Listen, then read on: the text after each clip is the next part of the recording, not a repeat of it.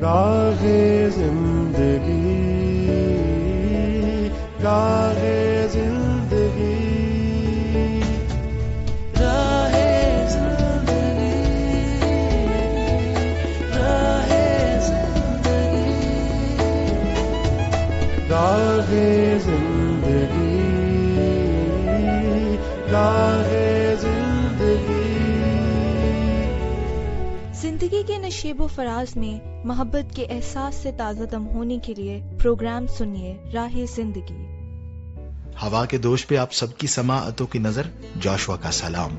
امید کرتا ہوں کہ آپ سبھی خیر و عافیت سے ہیں، اپنے اپنے کام خوب اچھے سے سر انجام دے رہے ہیں۔ میری دعا ہے کہ آپ سدا خوش رہیں، سدا سلامت رہیں، خداوند تعالیٰ آپ کو ہمیشہ خوش رکھے اور آپ کے کام میں بہت ترقی عطا فرمائے، آمین۔ جناب، گزشتہ دنوں بہت زیادہ بارشیں ہو رہی تھیں، گو کہ ابھی بھی بارشوں کا موسم تو جاری ہے، ابھی بھی وقفے وقفے سے بارشیں ہوتی ہیں، لیکن ہوا یوں کہ ہمارے گھر کی چھت جو ہے کچن سے ٹپکنے لگی۔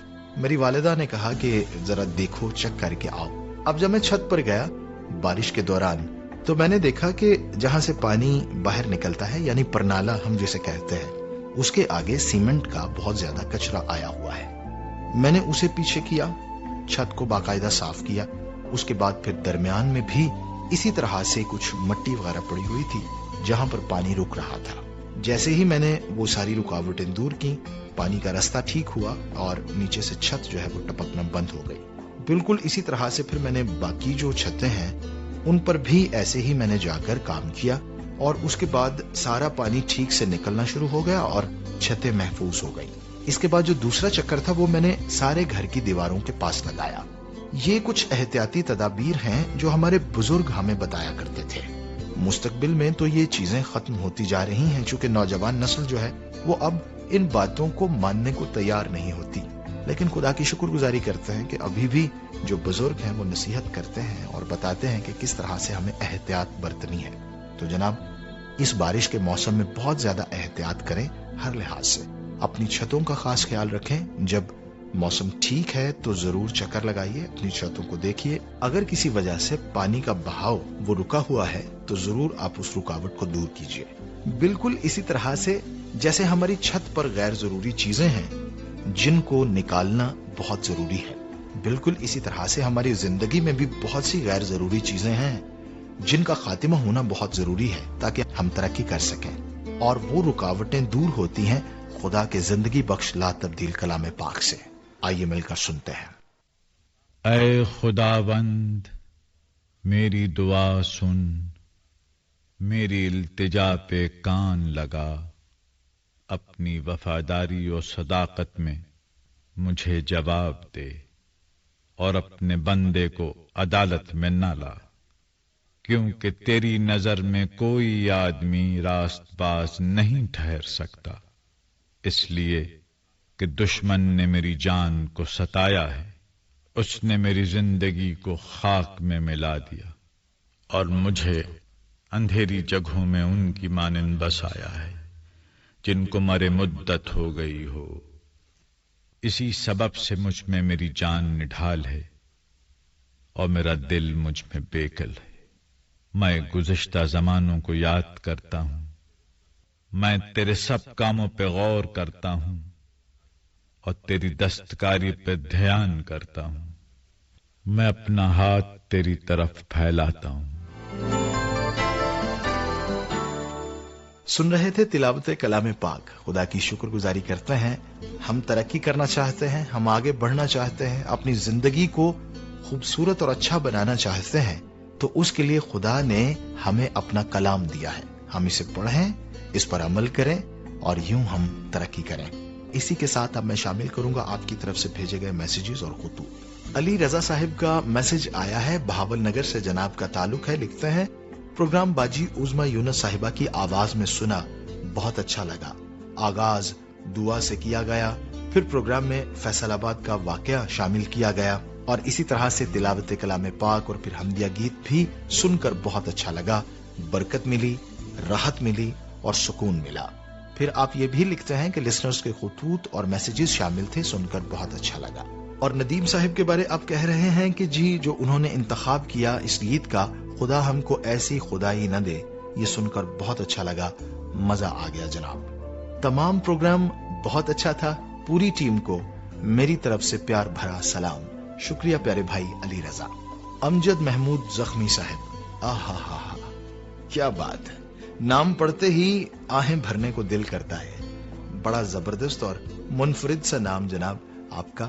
آپ لکھتے ہیں کہ پروگرام باجی عظما یونس صاحبہ کی آواز میں سنا، بہت اچھا لگا۔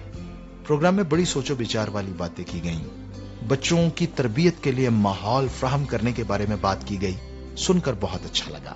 شکریہ پیارے بھائی، اسی طرح سے آپ ہمیں لکھتے رہیے گا۔ ساہیوال سے ہیں ہمارے پیارے بھائی محمد وقاص افضل چودھری صاحب، لکھتے ہیں بہت بہت شکریہ امجد بھائی، ہم سب خیریت سے ہیں، امید ہے کہ آپ بھی خیر و عافیت سے ہوں گے۔ رہی بات نشریات کی، تو نشریات سماعت فرما کر فیضیاب ہو رہے ہیں، جن میں راہ زندگی پروگرام ہے، اسے بہت کچھ سیکھنے کو ملتا ہے۔ شکریہ پیارے بھائی، اسی طرح سے آپ ہمیں فیڈ بیک دیتے رہیے، ہمیں بہت اچھا لگتا ہے۔ آپ یہ بھی کہہ رہے ہیں کہ آپ سب کی انتھک کوششوں کو خراج تحسین پیش کرتا ہوں اور امید کرتا ہوں کہ یہ دوستی برقرار رہے گی، خدا آپ کو خوش رکھے۔ آپ کا بھائی، آپ کا دوست محمد وقاص افضل چودھری۔ شکریہ جناب، آپ کا طرز تحریر مجھے بہت پسند آیا۔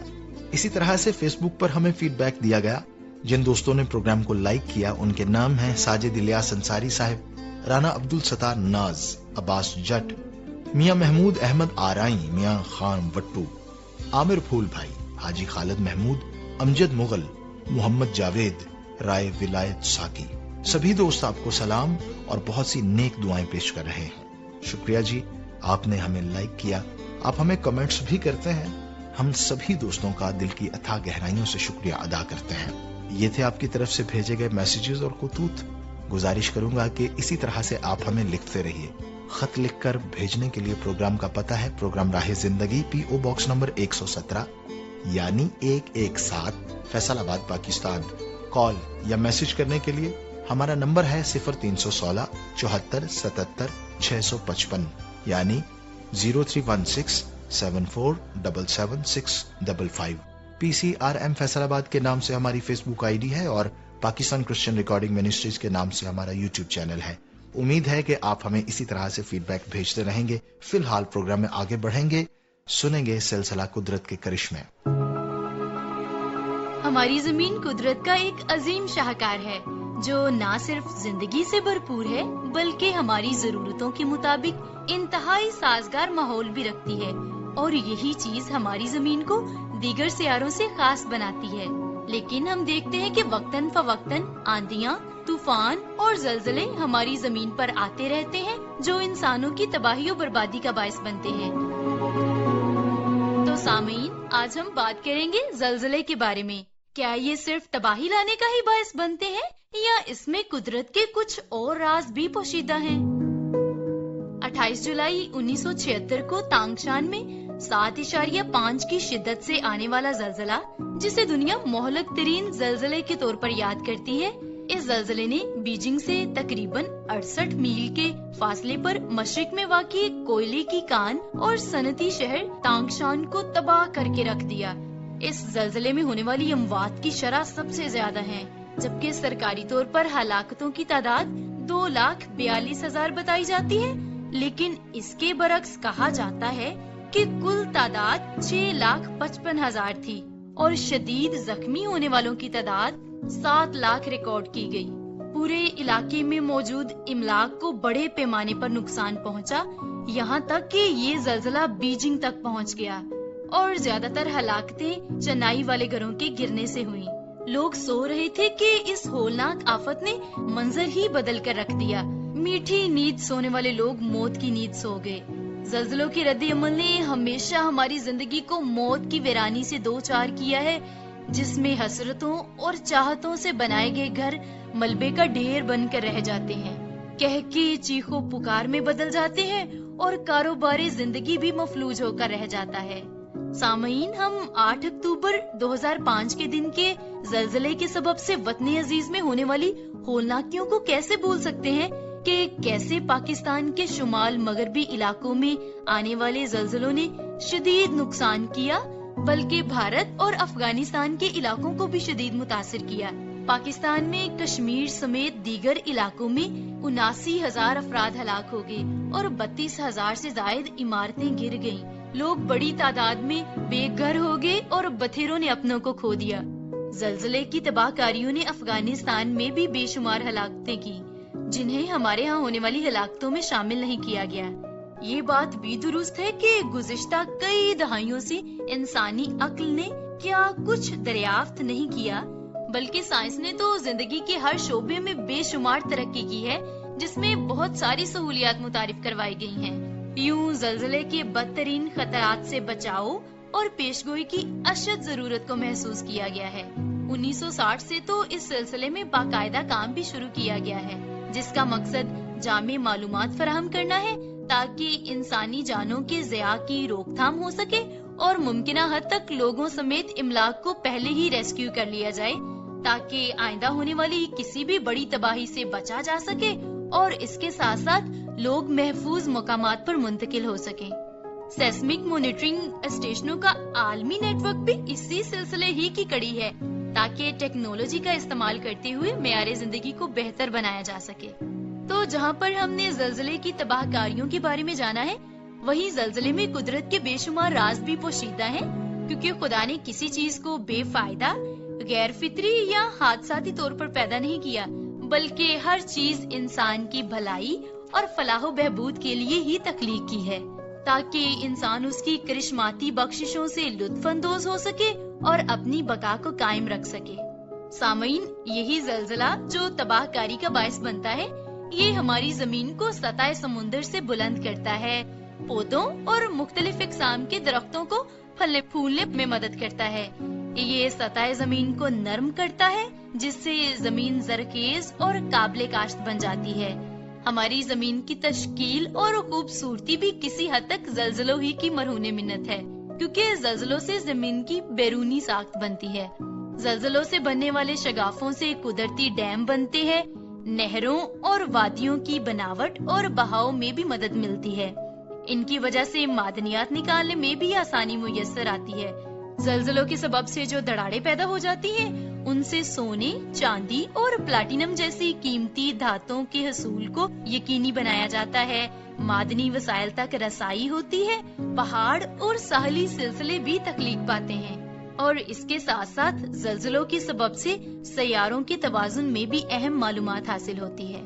یوں جہاں پر زلزلے تباہی کا باعث بنتے ہیں، وہاں پر اس کے حیرت انگیز فوائد بھی ہیں، اور ہماری زمین پر تمام تر حالات و واقعات خدا تعالیٰ ہی کے کنٹرول میں ہیں، اور اس کا واضح ثبوت ہمیں کلام مقدس میں ملتا ہے کہ جب خدا تعالیٰ حضرت موسیٰ اور قوم بنی اسرائیل سے بات کرنے کے لیے کوہ سینا پر اترے تو اس وقت بھی زلزلہ آیا اور کوہ سینا زور زور سے ہلنے لگا، اور جب حضرت الیاس کو خدا نے غار سے باہر بلایا تاکہ وہ خدا کی قدرت، اس کی عظمت اور جلال کو دیکھ سکے، تو وہاں پر بھی آندھی آئی، زلزلہ آیا جس کے سبب سے چٹانیں تڑک گئی، آگ نازل ہوئی اور پھر دبی سی آواز آئی جس میں خدا حضرت الیاس سے ہم کلام ہوا۔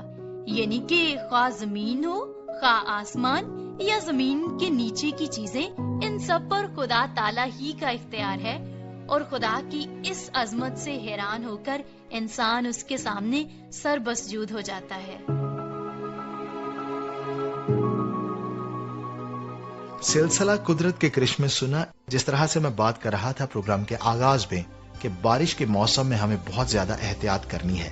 ایک اور بہت ہی چھوٹی مگر بہت ہی اہم بات، دیکھیے گھر میں جو موجود جوتیاں ہیں، اگر ان جوتیوں کے تلوے گھس گئے ہیں یا بالکل فلیٹ ہیں تو ان کو استعمال مت کیجیے، خاص طور پہ بزرگوں کو مت پہننے دیجیے اور بچوں کو بھی مت پہننے دیجیے، چونکہ پاؤں سلپ ہو سکتا ہے اور چوٹ آ سکتی ہے۔ اسی طرح سے دیواروں کے ساتھ ساتھ نہیں چلنا بارش کے موسم میں، چونکہ دیواریں گر سکتی ہیں۔ بجلی کے کھمبے، ان سے بھی اجتناب کرنا ہے، ان کو یوں ہی ہاتھ نہیں لگا دینا۔ خاص طور پر بچوں کو دور رکھنا ہے بجلی کے کھمبوں سے، بجلی کی تاروں سے، یعنی ہر طرح سے ہمیں احتیاط کے ساتھ چلنا ہے، اس بات کو یاد رکھیے۔ اور اسی طرح سے کھاتے پیتے وقت بھی اس موسم میں خیال کریں کہ اس موسم میں جو ہے وہ صاف ستھری چیزیں کھائیں، کیونکہ ہیضہ بہت جلدی اٹیک کرتا ہے اس موسم میں. پھر اسی طرح سے اور بھی دیگر بیماریاں بہت جلدی ہمارے اوپر حملہ آور ہوتی ہیں جو ہمیں نقصان پہنچا سکتی ہیں. لہٰذا احتیاط کیجیے, کوشش کیجیے کہ یہ موسم بڑے اچھے طریقے سے گزر جائے. یہ موسم باران رحمت ہی رہے, باران زحمت نہ بن جائے. آگے بڑھتے ہیں پروگرام میں, سنتے ہیں سلسلہ یوتھ ٹاک.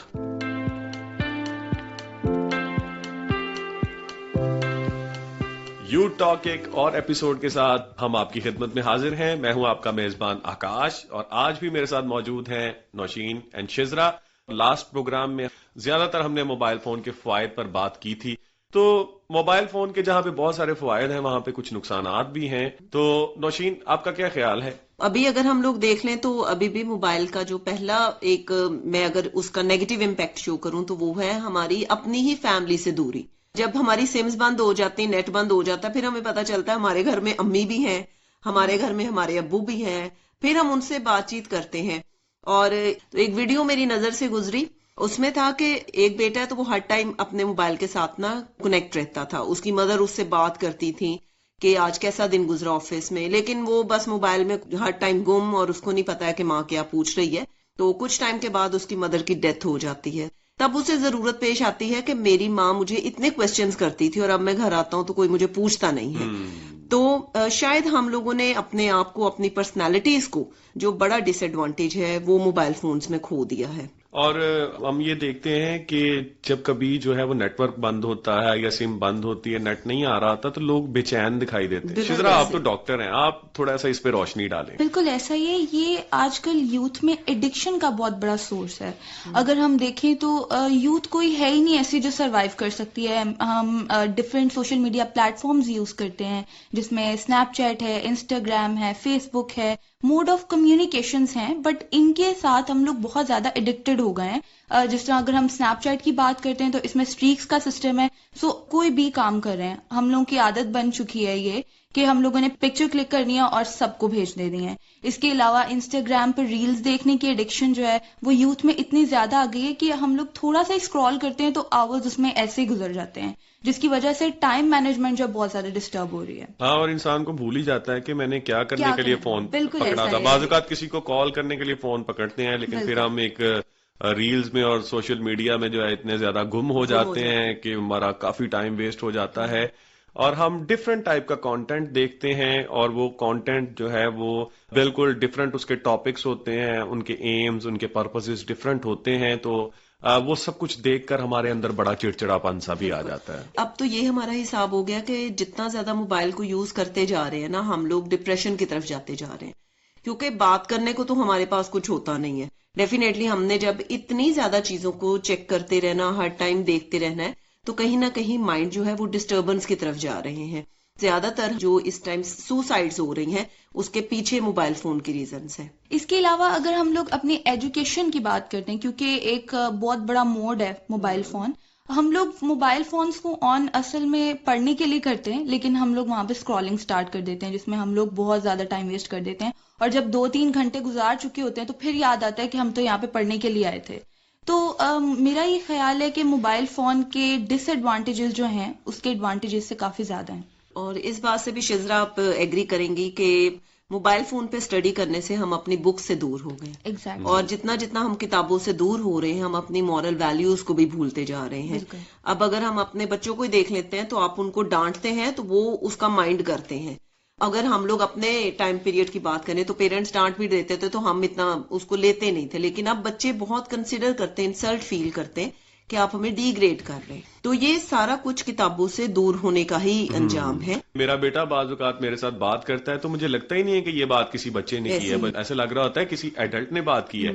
تو اس سے جو ہے وہ کافی زیادہ ڈسرپشن ہوتی ہے. بعض اوقات موبائل فون جو ہے وہ بچوں سے ان کا بچپنا ہی چھین لیتا ہے. اور ایک چیز جو میں نوٹس کر رہا ہوں, شاید آپ کے بھی نوٹس میں یہ آئی ہوگی, اور وہ یہ ہے کہ سیکیورٹی بھی بہت زیادہ کمپرومائز ہوتی ہے. مثال کے طور پہ ہر وقت ہم دنیا کو بتا رہے ہوتے ہیں کہ میں اس وقت کہاں ہوں, میرا سٹیٹس جو ہے وہ بتا رہا ہوتا ہے میں گھر پہ ہوں, میں مری میں ہوں, میں لاہور میں ہوں, میں آفس ہوں. میں اتنا زیادہ جو ہے وہ اپنے بارے میں لوگوں کو بتا رہا ہوتا ہوں, اپنی اتنی زیادہ تصاویر میں چھوڑ دیتا ہوں انٹرنیٹ پہ. اس سے پھر کیا ہوتا ہے کہ جب کوئی ہماری انفارمیشن کو مس یوز کرنا چاہتا ہے یا ہماری سیکورٹی کو کمپرومائز کرنا چاہتا ہے تو وہ یہ ساری انفارمیشن ہمارے اکاؤنٹ سے لے لیتا ہے. اسے پتا ہوتا ہے کہ ہمارے گھر میں آج کیا پکا ہے اور بعض اوقات وہ کھانے کے لیے آ جاتا ہے. بلکہ پہلے ٹائم کی بات کرتے ہیں تو فیمیلز ایسے اوپنلی تصویریں نہیں بنواتی ہوتی تھی. فیملی فنکشن ہونے تو لوگوں کے پاس اپنے کیمرے ہونے اور اس میں ایک ریل ہوتی تھی جس میں فوٹوز کے کچھ آپ کے بس لمٹ ہوتی تھی اتنی فوٹوز بنانی. تصاویر بہت زیادہ بنا لیتے ہیں. بالکل ایسے ہی. ایک پوز میں ہم 20 تصاویر بنا لیتے ہیں. ہم سوچتے ہیں کہ اور ایک سوٹ میں ہم نے تصویریں نہیں بنانی اور ہم یہ دیکھتے ہیں کہ ان میں سے شاید کوئی تصویر جو ہے وہ زیادہ اچھی ہوگی, وہ میں رکھ لوں گا, باقی میں ڈیلیٹ کر لوں گا. لیکن وہ ڈیلیٹ کرنے کا کبھی ہمیں ٹائم ملتا ہی نہیں. اور ہمارا فون جو ہے وہ اس کی میموری فل ہو جاتی ہے. جتنے بھی اینڈرائڈ موبائلز ہیں ان میں یہ ہوا ہے میری آئی ڈی اگر آپ لوگوں کے موبائل پہ بھی لگی تو میرا سارا ڈیٹا آپ لوگوں کے ساتھ شیئر ہو رہا ہے. اب اس کا کیا ہوتا ہے کہ اگر آپ کی آئی ڈی صرف شیئر ہوگی تو آپ اپنا سارا ڈیٹا شیئر کر دیتے ہو. آپ کی پرائیویسی بھی بہت زیادہ جو ہے اس نے ڈیمیج کر دی ہے.